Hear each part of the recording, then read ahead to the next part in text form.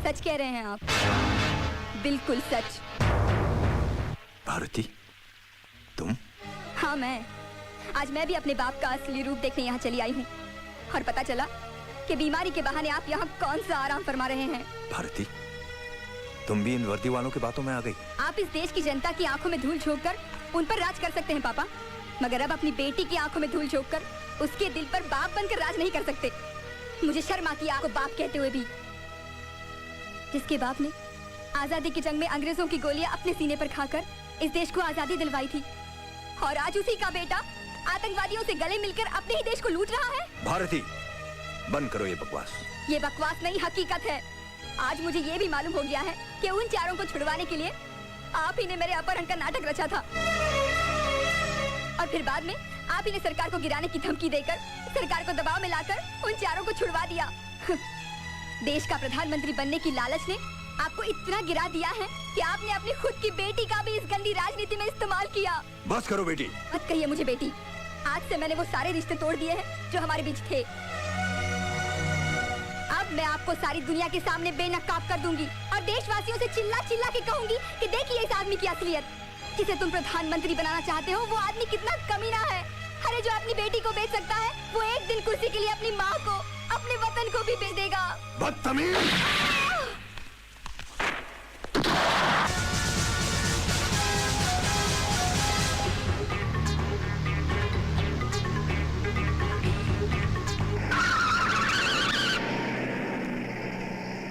वीरभद्र सिंह आतंकवादियों से मिला हुआ है sir.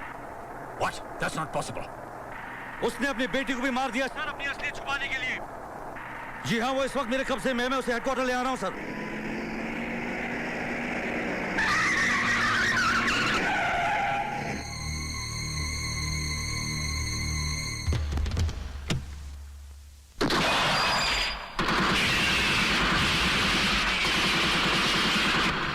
Major Rathore. Major Rathore. Major Rathore, come in over.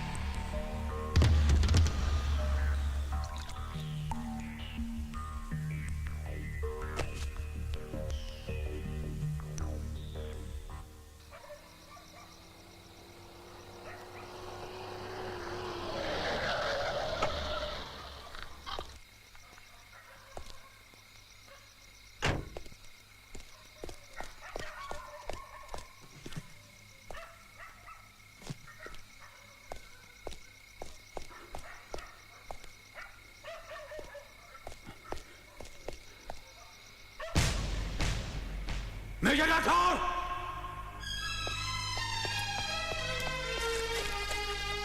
Major Rathore! Major Rathore! Major Rathore! Major Rathore! Major Rathore! Major Rathore की मौत इस जंग की शुरुआत थी। लोग कहते हैं शैतान की उम्र लंबी होती है, इसीलिए मेरी गोली से 2 बार बच गया साला।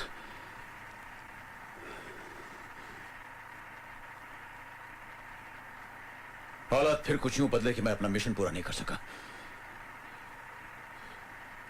एक सच्चा सरदार मर सकता है लेकिन अपने बाल नहीं काटेगा।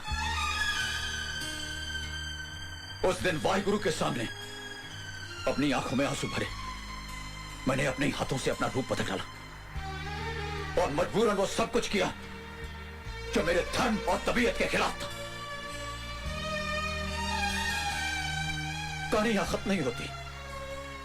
इस दुनिया में मैं एक अकेला इंसान हूं, एक अकेला बदनसीब इंसान जिसने जीते जी अपनी बीवी को विधवा के रूप में देखा हो। सच्चाई ये है सच्चाई।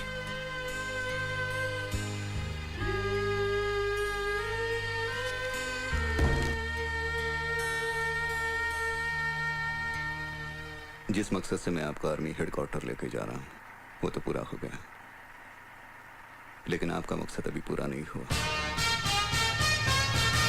और कानून के दायरे में रहकर पूरा भी नहीं होगा।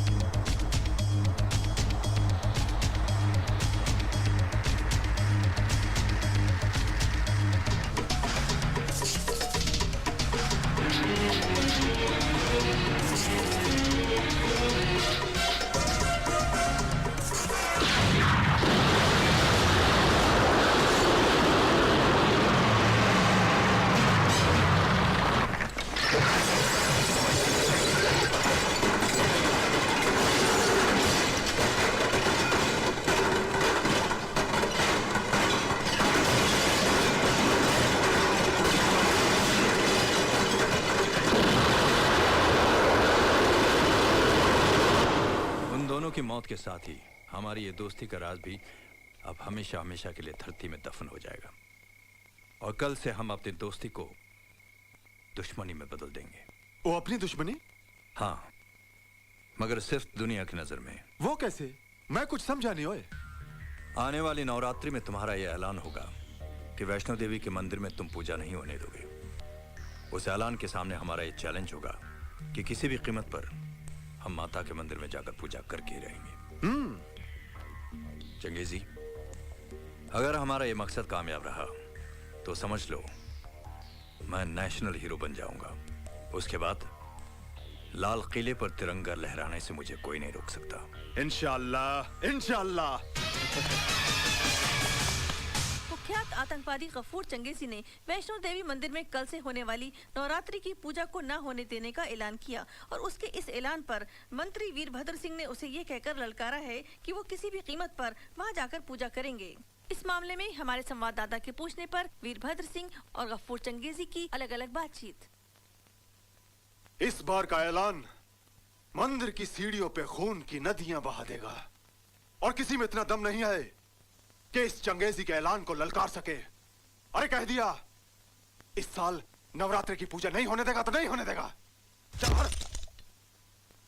सर, चंगेजी के ऐलान के बारे में आप कुछ कहना चाहेंगे? हाँ, लोग बोलते रहते हैं। वो कहावत आपने सुनी होगी, कुत्ते भौंकते रहते हैं और कारवां निकल जाता है। ये हिंदुस्तान है। हिंदुस्तान में ऐसा कभी नहीं हो सकता कि किसी के कहने पर किसी मंदिर में पूजा रोकी जाए। मैं वादा करता हूं, उस मंदिर में सबसे पहले मैं ही खुद जाकर पूजा करूंगा, चाहे अंजाम कुछ भी हो जाए। अब चंगेजी और हम दोनों एक्टर बनने लायक हो गए हैं। ये आप लोग क्या कह रहे हैं? Yes sir, this is a fact. ये उनका प्लान है। अगर उनका ये प्लान कामयाब हो गया, ऐसा हो गया तो आतंकवाद फैलेगा। वो लोग हिंदुस्तान के टुकड़े कर देंगे sir. You may proceed. Thank you sir. Colonel Sodhi, sir, army की नजरों में अब तुम वही देशभक्त और वफादार सिपाही हो। Thank you sir. मिशन की शुरुआत से पहले मैं तुम्हें एक सरप्राइज देना चाहता हूं।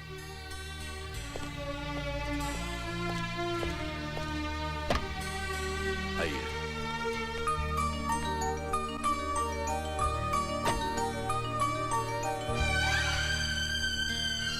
अब अमृता भी तुम्हारी सच्चाई और वफादारी के बारे में जान गई है। मैंने इसको सब कुछ बता दिया है।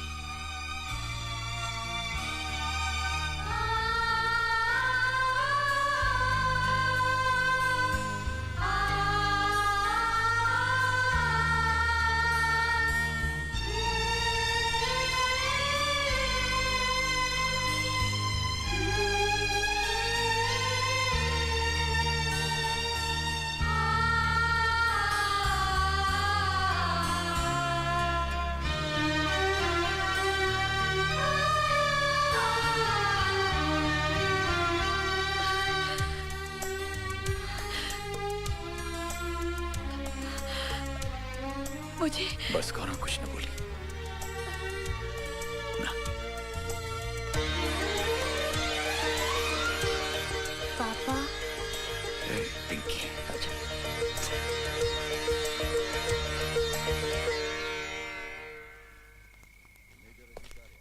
साहब, तुम्हारे गर्म दिमाग को ठंडा करने का इलाज भी मैं लाया हूं। सर, वो देखो।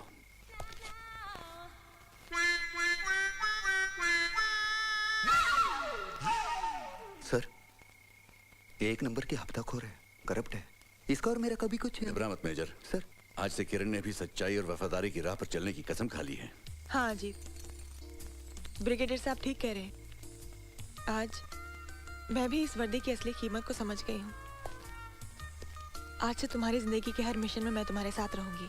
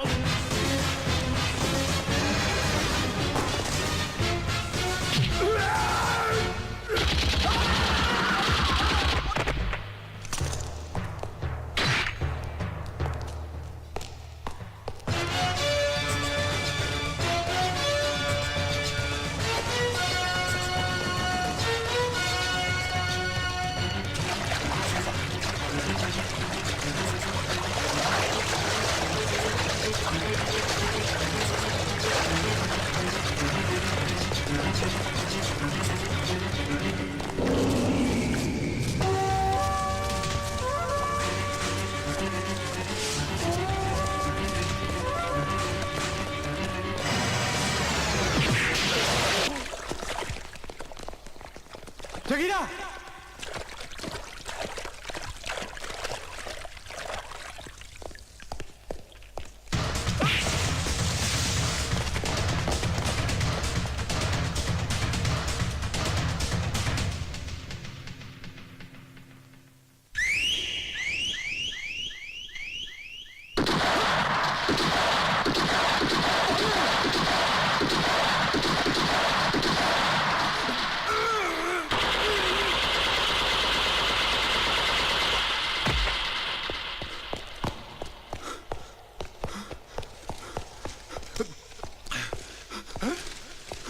किधर गया है?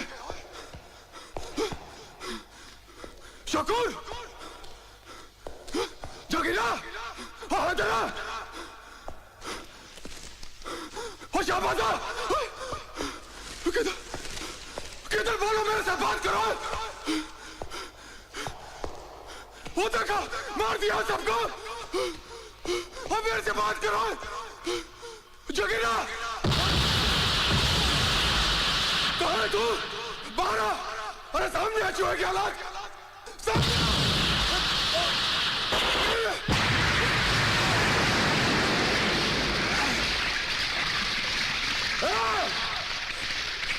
चूहे की औलाद!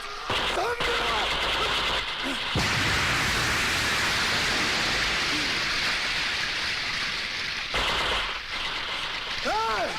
चंगेजी के सीने पे गोली मार अगर मरद का बच्चा है तो। इधर मार चंगेजी के, तेरे पटाखों से चंगेजी नहीं डरेगा। अरे सुअर की औलाद, सामने आ!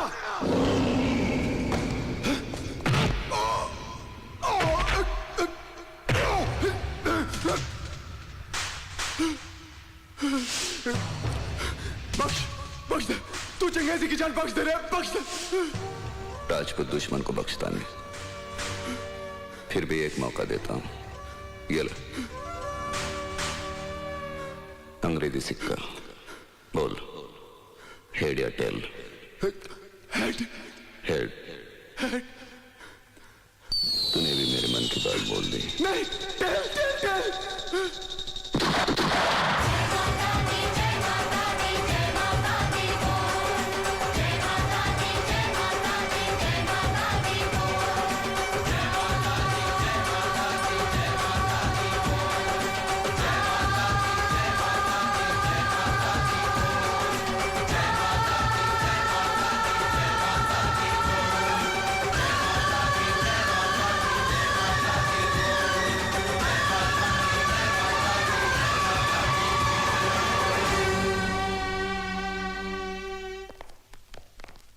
साहब, इस गेस्ट हाउस में हमारे खाने और आराम करने का इंतजाम किया गया है।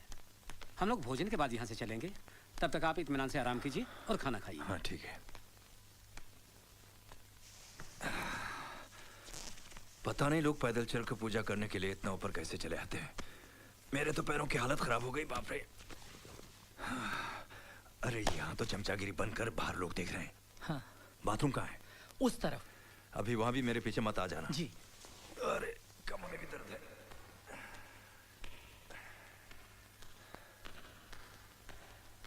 अरे भाई कहाँ है? लेफ्ट को कि राइट को? सामने है सर।